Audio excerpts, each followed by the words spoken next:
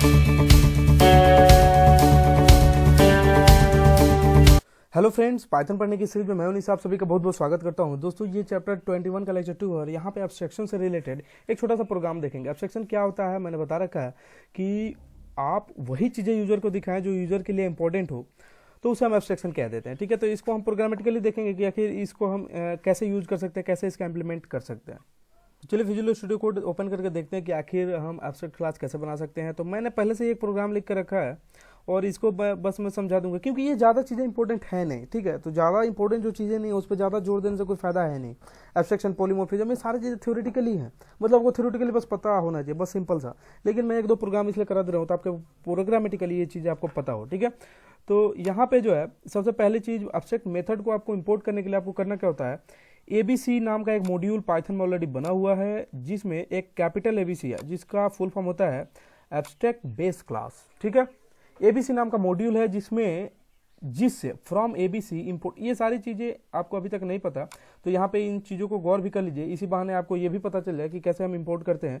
तो ABC module Python में पहले से बना हुआ, पाइथन में ढेर सारे मॉड्यूल्स हैं। ठीक है, उसमें से एक मॉड्यूल है एबीसी। जैसे मान लीजिए आपका एक रूम है और रूम में एक अलग अलग बॉक्सेज हैं और अलग अलग बॉक्सेज के अलग अलग नाम है, तो उनको हम मॉड्यूल्स कह देते हैं। ठीक है, पाइथन के लिए, पाइथन एक रूम है, पाइथन के अंदर बहुत सारे बॉक्सेज हैं जिसमें अलग अलग मॉड्यूल्स हैं। इसी तरह से एक बॉक्स जिसको हमने उठाया, एबीसी नाम का बॉक्स उठाया, उसमें अलग अलग क्लासेज हैं। ठीक है, तो उसमें से हमने एबीसी क्लास को इंपोर्ट किया। ठीक है, उस एबीसी का फुल फॉर्म क्या है, तो एब्स्ट्रैक्ट बेस क्लास। ठीक है, और इसमें से हमने एब्स्ट्रैक्ट मेथड को उठा लिया, एब्स्ट्रैक्ट बेस क्लास से एब्स्ट्रैक्ट मेथड को हमने उठा लिया। अब देखिए कितने अंदर गए, पहले रूम में गए, पहले पाइथन में गए। ठीक है, इसको कंपेयर करिएगा। फिर रूम के अंदर एक बॉक्स उठाया, ठीक, पाइथन के अंदर एक मॉड्यूल उठाया, ठीक, मॉड्यूल के अंदर एक क्लास उठाया, तो रूम के अंदर बॉक्स से कुछ सामान निकाला, अब उस सामान में से कोई और छोटा सा सामान निकला। उसी तरह से एक क्लास में से एक और मेथड हमने एब्स्ट्रैक्ट कर लिया, सॉरी इंपोर्ट कर लिया, जिसको हम एब्स्ट्रैक्ट मेथड नाम दे देते हैं। ठीक है, अब यहाँ से हमारा क्लास शुरू होता है, क्लास पॉलीगन एबीसी, और इस तरह से क्लास को हमने यहाँ पे डिफाइन अलग अलग नाम से कर दिया है। पेंटागन, ट्रायंगल, जिसमें 3 साइड्स 4 साइड्स, ये सारी चीज़ें हमने यहाँ पे रख दी है।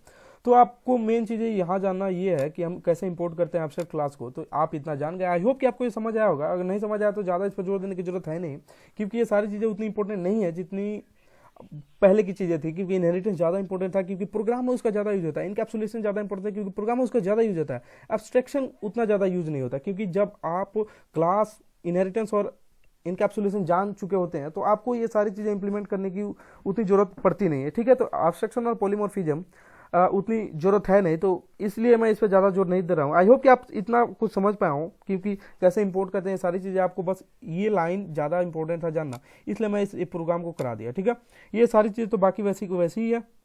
यहाँ पे आप देखें तो अलग अलग क्लासेज हैं, क्लास हेक्सागन, क्लास पेंटागन, ये सारी चीज़ें एब्स्ट्रैक्ट को डिफाइन करती हैं। अब आप सोचेंगे ये नूब साइड्स क्या है। ठीक है, तो यार कुछ नहीं, एब्स्ट्रैक्ट मेथड है। जैसे ही आप कोई क्लास एब्स्ट्रैक्ट मेथड के अंदर बनाते हैं तो आपको ये बनाना ही बनाना होता है, जिसको एब्स्ट्रैक्ट मेथड कहते हैं। ये इंपॉर्टेंट होता है बनाना। देखिए, तो आप सब में मैंने नूब साइट्स बनाया है, तो आप ये जान लें। और अगर नहीं भी पता है तो इस पर ज़्यादा जोर आप मत दीजिएगा, पहले की चीज़ें आपको आनी चाहिए और इसके बाद जो फाइल हैंडलिंग में पढ़ाऊंगा वो आनी चाहिए। Thank you.